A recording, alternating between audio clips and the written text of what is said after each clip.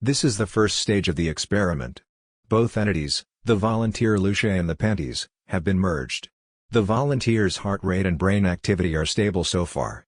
The face retains its original state of biological matter, only superficially superimposed on the surface of the panties. The patient remains conscious and expresses feeling somewhat nervous and excited. At this stage the volunteer's heart rate decreases very slightly. There is no cause for concern. After 2 hours the volunteer's incarnation process began to develop. His biological organism successfully accepted the inanimate piece of lingerie as a body to possess, and the tissues of Lucia's skin begin to cling and intertwine with the fibers of the panties fabric, progressively expanding while replicating the structure as well as the color of the fabric and its texture.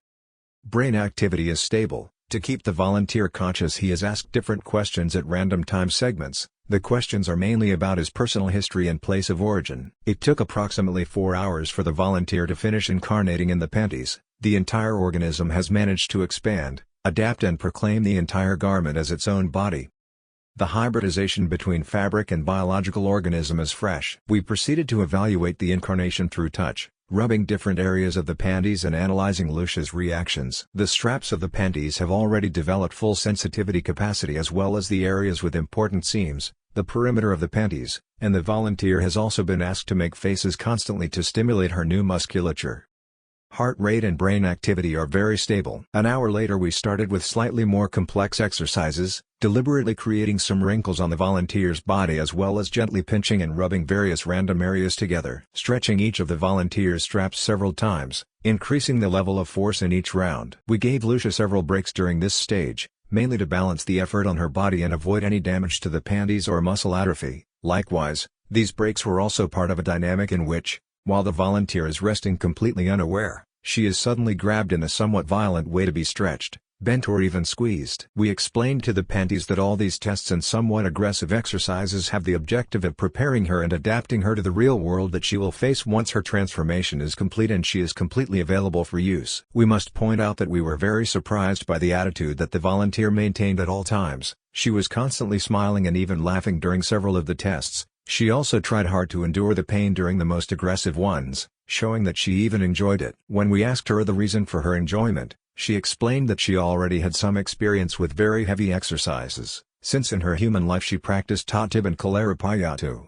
although we do not have much idea of what she meant by that. Lucia's transformation into panties continues to progress successfully. She is already close to completing her first day in this new body. In the last few hours we have noticed that the transformation is already beginning to influence the volunteer psychologically. Even her brain activity is undergoing some alterations, without any danger. A few hours ago we recorded a strong psychotic outbreak in the volunteer. We have noticed that it is very common in all volunteers who undergo this type of inanimate transformation experiments. Her heart rate accelerated noticeably. In this situation the volunteer entered into a sudden attack of anxiety, expressing too much regret for the decision she had already made and the process of metamorphosis she was going through. Fortunately our professionals intervened quickly, managing to calm the situation. The one on the top part with which it is tightened and held by the user's hip, since this organ contains the largest amount of nerve endings of the volunteer, helped to speed up this process. A few hours after calming down the incident, the volunteer regained consciousness and agreed to continue with the experiment without problems. As part of our inanimate transformation program, the volunteer for the experiment was informed that she was free to choose. She could request to stop the experiment at this point, having full opportunity to return to her original form and keep the panties. Although the reversion process would be activated after a minimum of 3 days of remaining in this form and would take 1 full day to complete. Or, the other option was to continue advancing in the experiment, guaranteeing her to remain permanently in this new form once we were done. Naturally our volunteer had full freedom to choose, and because she was really curious about this experiment and because her life was not so happy or social according to her own words, she chose to continue to the end. We must admit that when we first saw this all day, we were quite scared. We thought something had gone wrong and we feared that the experiment had failed miserably, leading us to try it again with another volunteer, but to our surprise, Lucia was still completely conscious and in perfect condition. After making the respective immediate analyses of the situation, we found that the patient's heart rate and brain activity had decreased? It was a bit complicated to explain, Everything remained stable, but somehow all the signs of life were very weak. We assume that it is part of the most advanced mutation process of the experiment. Unfortunately, we do not have such detailed access to the other files of volunteers of inanimate transformation. We do not even know if Lucia is the first in our entire history who agreed to advance to the permanent level of transformation. The volunteer claimed to feel exactly the same as the rest of the previous phases and even gave us a brief summary of everything that had happened yesterday. She did not feel any kind of change except a spontaneous persistent desire to be used at last. Her face had vanished. We theorized that it completely dissipated throughout the panties as part of the transformation process. As it was our first time with a permanent level inanimate transformation experiment, we tried to be on guard and took advantage of the fact that Lucia was still present and conscious to be able to explain and clarify all our legal clauses and negotiation, just as a precaution in case she even lost the ability to speak later on. Our volunteer was informed and explained that, legally and due to the advanced phase of transformation she was in, she had already lost any type of access to rights because she could no longer even be considered a living being, although technically she was. Due to her current state of existence, she was nothing more than a simple pair of silky satin panties, without any type of dignity or consideration, and that she was now legally just merchandise belonging to the shit corporation. As soon as the volunteer's transformation was finished, the corporation would have total control over her, and we only warned her that most likely she would end up being part of a batch of merchandise to be stocked and sold in some store in the warehouse subdivision of our company. We could see that Lucia was very uncomfortable despite no longer having a face with which to express herself. She was also upset and a little disappointed because she felt cheated and abused. On the other hand, we informed her that because she accepted the option of permanent inanimate transformation, she had the right to have a last will before losing everything. Lucia only asked us for a little time to allow her to calmly choose her response. Lucia woke up very nervous, something very noticeable through her body language as her straps were too tight and her fabric in general was considerably stiff. With great care and delicacy we tried to calm her down. She told us, frightened, that she thought she had already been acquired by someone while she had fallen asleep, and that when she woke up she was already being used and worn, which made her alert and anxious. We calmed her down. We explained to her that she was still in the laboratories of the shit company and we were still investigating her, so she had nothing to fear. We had simply installed her on one of our training dummies. We apologized to her for not having informed her in advance about this part of the experiment. With this explanation accompanied by gentle tickling along the straps, they managed to calm Lucia down. We explained to Lucia that our corporation's policies strictly establish the guarantee of products of the highest possible quality, passing through a professional quality control. Because of this, the shit corporation began with the entire inanimate transformation project. Its modus operandi consisted of persuading people, especially those with low resources, normally brought from Eastern countries like Arabia and India, by tricking them into entering the inanimate transformation experiment program. The reason why the shit company began with this malevolent and twisted initiative was because for years they had dedicated themselves to research and experimentation with their products, with the objective of achieving quality perfection. Over time they discovered that it was much more economical, faster and more efficient to transform people into inanimate objects, since being completely organic and living raw material would guarantee an unmatched quality in the products. In addition, they would have the ability to heal, repair themselves.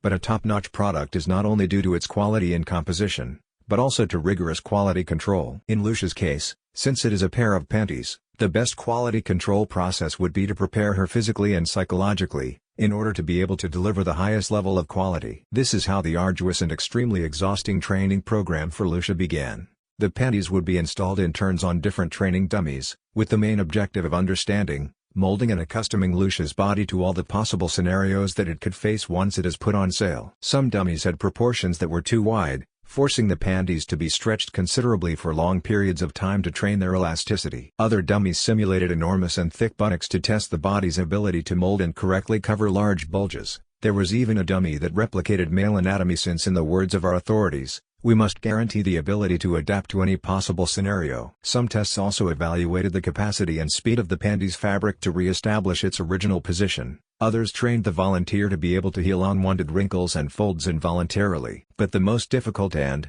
above all, exhausting tests for Lucia were those that involved very advanced dummies. Some were mechanized and replicated different types of human walking for hours so that the panties could adapt to each one without causing discomfort to the wearer. Others could even simulate making the intimate parts of a hypothetical user sweat. There was even a dummy whose only function was to replicate flatulence, including odors, randomly. But the worst thing for the poor panties was finding out that she in particular had been transformed into a model of panties mainly designed for long office days. So yes, there was a dummy in which Lucia had to remain installed for most of the entire training program. And this was too exhausting, painful, humiliating and even boring.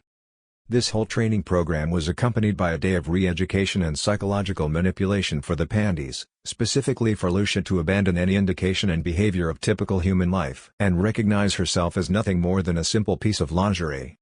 Our volunteer had to relearn all the parts of her body from scratch, although obviously words like hand or leg would be forgotten and replaced by things like inner lining or opening for right leg among others. The panties were still completely alive, conscious, sensitive and up to this point still retain the ability to speak, so using them could be a challenge and above all a little uncomfortable. For this reason, the volunteer was given intense psychological training to get used to remaining completely silent no matter how painful or humiliating a situation of use might be, such as not screaming despite being suddenly and painfully stretched in some movement by its user or avoiding wrinkling the area of the cloth where her face used to be as a reaction every time someone farts inside her. My family. My last wish is to be able to see my family for the last time. That was what the team and I managed to hear with difficulty. It was Lucia who was trying to communicate with us. We immediately ran to analyze the situation and evaluate the condition of the panties. To everyone's surprise, our tools and technology no longer registered signs of life from Lucia, and it was becoming increasingly difficult for her to speak and her voice volume was rapidly decreasing. I am eternally grateful to you for this sacred new life that you have just given me. Thank you very much for fulfilling my deepest wish. I will always strive to deliver the best quality and service possible to whoever uses me. Namaste to all. Those were the last words the panties uttered before her voice completely faded away. In a moment, all our instruments registered the total death of the patient. There was no longer a heartbeat or any brain activity. We quickly started moving, gathering everything and preparing our work areas. The laundry team quickly took Lucia away. Hello, Lucia. Good morning. How are you feeling, eh? Don't worry, don't get nervous. I'm just doing a quick inspection. You know, you have to be perfect to be able to put yourself up for sale. Oh, you're perfect. Ready?